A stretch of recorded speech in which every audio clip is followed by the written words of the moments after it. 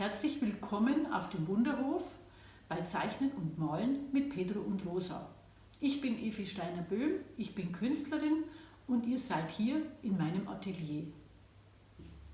Ja, wenn ihr öfter Aquarell malt, dann seid ihr vielleicht irgendwann zu dem Punkt gekommen, wo ihr gemerkt habt, dass ihr mit dem Format, das auf den Blöcken, die ihr angeboten kriegt, nicht zurechtkommt, dass ihr manchmal sagt, oh, ich möchte gern kleiner malen, ich möchte gern größer malen und dass ihr nicht für jedes Format einen eigenen Block kaufen möchtet. Und da gibt es eine ganz einfache Lösung.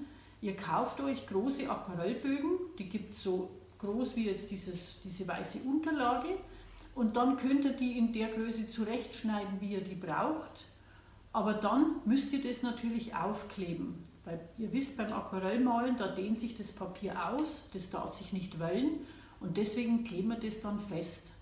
Und wie das funktioniert, das zeige ich euch jetzt. Diesen Aquarellpapier aufspannen ist nicht schwer. Was ihr dazu braucht, ist Folgendes. Ihr braucht eine saugende Holzplatte, entweder eine HDF-Platte oder eine verleimte Platte, die sich halt nicht verzieht, wenn wir da jetzt mit einem nassen Papier drauf gehen. Und dann braucht ihr zwingend, das ist wichtig, dass das Richtige ist, ihr braucht so ein Klebeband. Das mit Krepppapier kann man notfalls machen, wenn man nichts anderes hat, aber so ein saugendes Klebeband ist einfach besser und ist auch speziell dafür entwickelt worden.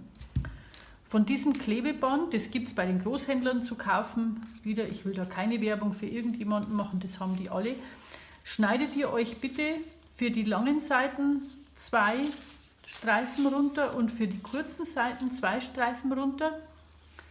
Und dann braucht man einfach nur noch Wasser. Und wir machen jetzt das Aquarellpapier, das wir uns in der passenden Größe geschnitten haben, das machen wir komplett nass. Und das muss richtig, richtig durchweichen. Man kann das auch unter der Wasserleitung tatsächlich von beiden Seiten das Wasser drüber laufen lassen. Oder wenn ihr große Bögen habt, die sind ein bisschen schwieriger zum Anfeuchten, dann könnt ihr das auch in der Badewanne tatsächlich einfach in das Wasser rein und könnt es tropfnass aufhängen. Also es muss von beiden Seiten auf jeden Fall richtig nass sein. Und dann einmal darauf achten, dass die Ränder schön feucht sind. Und dann macht ihr bei dem Klebestreifen, den könnt ihr ruhig mit der trockenen Seite da drauflegen, da passiert nichts, macht ihr bitte bloß die Hälfte nass, dass die trockene Seite jetzt auf das feuchte, auf das stark angefeuchtete Papier kommt. Ups. Weil wenn ihr das nämlich auch anfeuchtet, dann kann es sein, dass euch das nicht klebt, weil es dann zu nass geworden ist, weil ihr dann den Leim praktisch mit weggewaschen habt. Und dann bitte macht es so, erst oben, dann an den Seiten und dann unten, weil wenn ihr jetzt das schon unten festklebt, dann kann es sein, dass euch das wellt und dann kriegt ihr das nicht mehr glatt. Also auch hier die eine Seite anfeuchten, dann umdrehen und mit der trockenen Seite auf dem feuchten Papier ankleben. Und immer darauf achten, dass der Rand auch wirklich feucht ist. Und warum man das eben so macht, das hat einen Grund, weil man weiß bei dem Papier nie, so jetzt passiert es schon, ob das noch feucht genug ist, dass es klebt.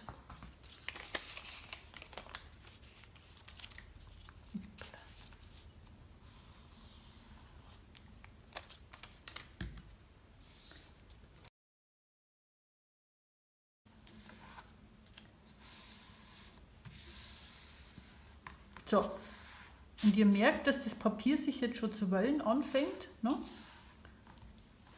Und das macht aber gar nichts. Das wird jetzt eine Zeit lang noch arbeiten und dann, wenn es trocken wird, ist das bretthart gespannt und dann kann gar nichts passieren.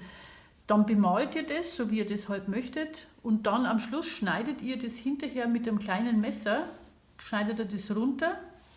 Und bitte achtet auch, wenn ihr das Papier zuschneidet drauf, diese Klebestreifen, die bleiben auf dem Papier. Das heißt, ihr dürft dann nur dieses Innenmaß, könnt ihr dann bemalen, dass ihr euch da halt nicht verschätzt, falls ihr das für einen bestimmten Rahmen vorgesehen habt.